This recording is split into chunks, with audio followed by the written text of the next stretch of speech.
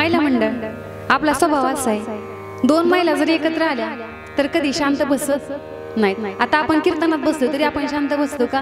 नाही। एखादा गहन विषय असेल, पुरुष वर्ग लक्षपूर्वक ऐका, आणि आता यांच्या बाबतीमध्ये आपल्याला सगळ्याच गोष्टी माहिती आहेत। एखादा गहन विषय असेल असं की तो विषय त्याची वाच्यता कुठं माणसाने करू नाही, पण महिला मंडळाची सवय अशी असते, आता मी एक महिला असते, महिला मंडळाची सवय अशी असते की तुला म्हणून सांगते, तुला म्हणून सांगते, सगळ्या गावाला येडा आणते। बरं याच्यामध्ये तसं पाहिलं तर तुमची पण काही चुकी नाही, आपल्याला तसा शाप प्राप्त झालाय। लक्षपूर्वक ऐका, ज्यावेळी महाभारताचं युद्ध सुरू होतं, महाभारताच्या युद्धामध्ये युद्धाचा 17वा दिवस होता। 17व्या दिवशी अर्जुनाने कर्णाचा वध केला, कर्ण हा मारला गेला। ज्यावेळी कर्ण मारला गेला त्यावेळी सर्व वातावरण जे पांडवाच्या बाजूचं हे आनंदित होतं का? कर्ण हा अधर्माच्या बाजूने होता, अधर्माच्या बाजूने कर्ण हा लढत होता।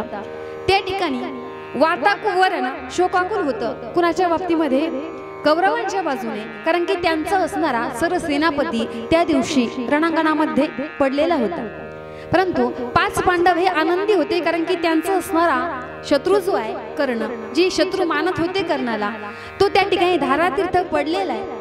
परंतु त्या ठिकाणी त्या युद्धाच्या ठिकाणी ज्या ठिकाणी कर्ण पडलेला आहे त्या युद्धाच्या ठिकाणी कुंती मातेच्या ज्यावेळी कानावरती ही बातमी पडली की कर्णाचा वध त्या ठिकाणी रणांगणामध्ये झाला, कुंती माता धावत पळत त्या युद्ध मैदानामध्ये आल्या, ज्या ठिकाणी कर्ण पडलेला आहे मृत अवस्थेमध्ये, त्या कर्णाला उचललं, त्याचं डोकं आपल्या मांडीवरती घेतलं आणि जोराजोरात त्या ठिकाणी रडू लागल्या, शोक करू लागल्या। रडत असणाऱ्या कुंती मातेला धर्मराजाने पाहिलं की आई माझे, शत्रू माझा गेला, तरी सुद्धा या ठिकाणी रडण्याचं कारण काय आहे?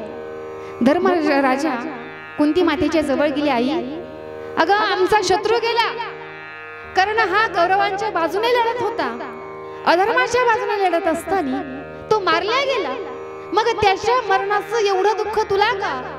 अगं आम्ही असणारे 5 पांडव, मी धर्म, अर्जुन, भीम, नकुल, सहदेव हे 5 पुत्र तुझे जिवंत असताना तू या सेनापतीसाठी या कर्णासाठी का रडते?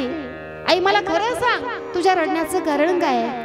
त्या दिवशी कुंती माता आपल्या अंतकरणामधली गोष्ट, आपल्या मनामधली गोष्ट, आपल्या पोटामधली गोष्ट त्या ठिकाणी त्यांनी होटावरती आणली। सांगितलं, ऐक धर्म, तू ज्याला आपला शत्रू समजत होता, ही कर्ण हा आपला शत्रू आहे, मारला गेला तो शत्रू होता, पण ऐक धर्मा, जो मारला गेला ना तो कधी तुझा शत्रू नव्हता रे, माझा शत्रू नव्हता। अगं आई माझा शत्रू होता, तो शत्रू असूनही तू नाही असं का बोलते?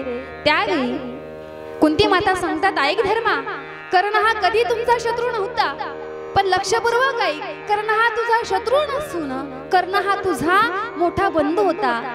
मान्य करतो आपण की मला 5 पुत्र आहेत, तुम्ही 5 पांडव माझे पुत्र आहेत, पण ऐक धर्मा, कर्ण हा जो आहे, कर्ण हा 6वा पांडवच आहे। कर्ण जो आहे, कर्ण हा ज्येष्ठ कोण आहे? पांडव आहे। कथा भाग आपल्या सर्वांना ज्ञात आहे दादांनो, ग्रंथाचं ज्ञान आहे आपल्या सर्वांना।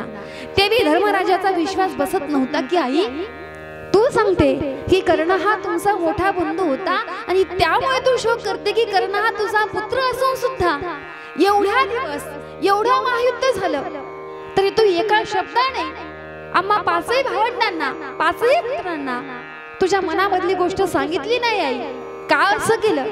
आई कर्ण हा वाईट नव्हता हे आम्हाला माहिती आहे, परंतु अधर्माच्या बाजूने तो उभा राहिल्यामुळे आई तो मारला गेला। आई तो अगोदर सांगायचं, फार मोठं पातक आमच्या हातून घडलं, स्वतःच्या भावाची हत्या केल्याचं पातक आम्हाला लागेल, आई अगोदर का सांगितलं नाही? आई धर्माच्या डोळ्यामध्ये त्या ठिकाणी पाणी आलं, आई असं का केलं? त्या रडणाऱ्या कुंती माता सांगू लागल्या, धर्मा कुठल्या तोंडाने सांगणार?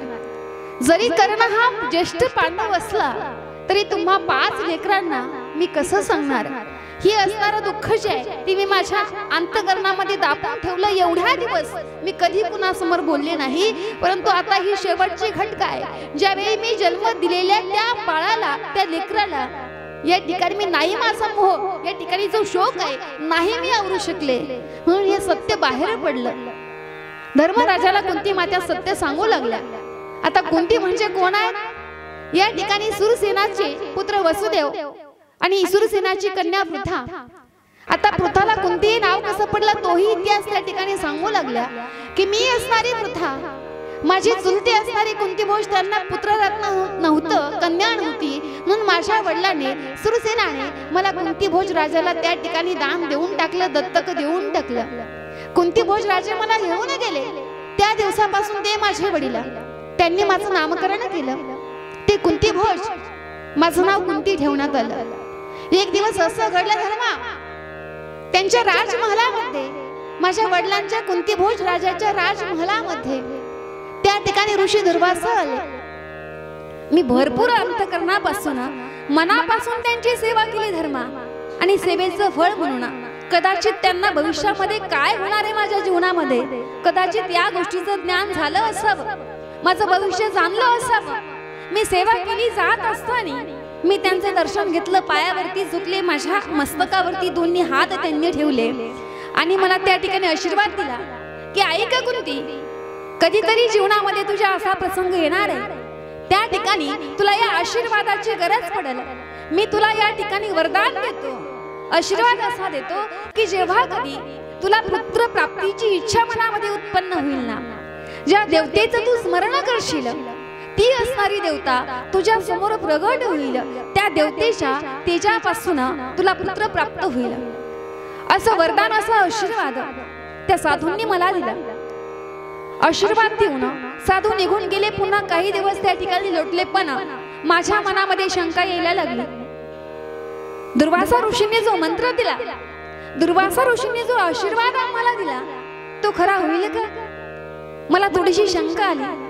अनुभव घ्यावा म्हणून सकाळी उठले, स्नान केलं आणि सूर्य भगवंताच्या कडे बघून त्या मंत्राचा जाप केला। सूर्य भगवंताचं आव्हान केलं धर्मा, जसं आव्हान केलं सूर्यदेव माझ्या समोर प्रगट झाले। एवढं प्रखर असणारं तेज, त्या प्रखर तेजाने डोळे हे लुप्त झाले, तेज बघू शकत नव्हते, पाठीमागे सरकले। मला पुत्र नको देवता, सूर्य भगवंत मला पुत्र नको, मला पुत्र नको।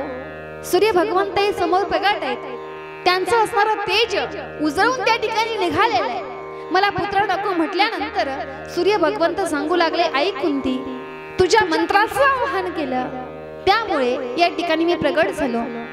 मला रिक्त हस्ते पाठीमागे जाता येणार नाही, मला तुला पुत्र देऊन जावं लागेल। सूर्य भगवंताच्या हातामध्ये कवच कुंडलधारी त्या ठिकाणी छोटंसं बाळ त्या ठिकाणी निर्माण झालं। ते कवच कुंडलधारी बाळ सूर्य भगवंताने माझ्या ओटीमध्ये टाकलं आणि अदृश्य झालं। त्या बाळाच्या चेहऱ्याकडे पाहिलं, आईचं अंतकरण होतं, अंतकरण दाटून आलं, गोंडस दिसणारं बाळ, कवच कुंडलधारी दिसणारं बाळ, मोह आवरत नव्हता।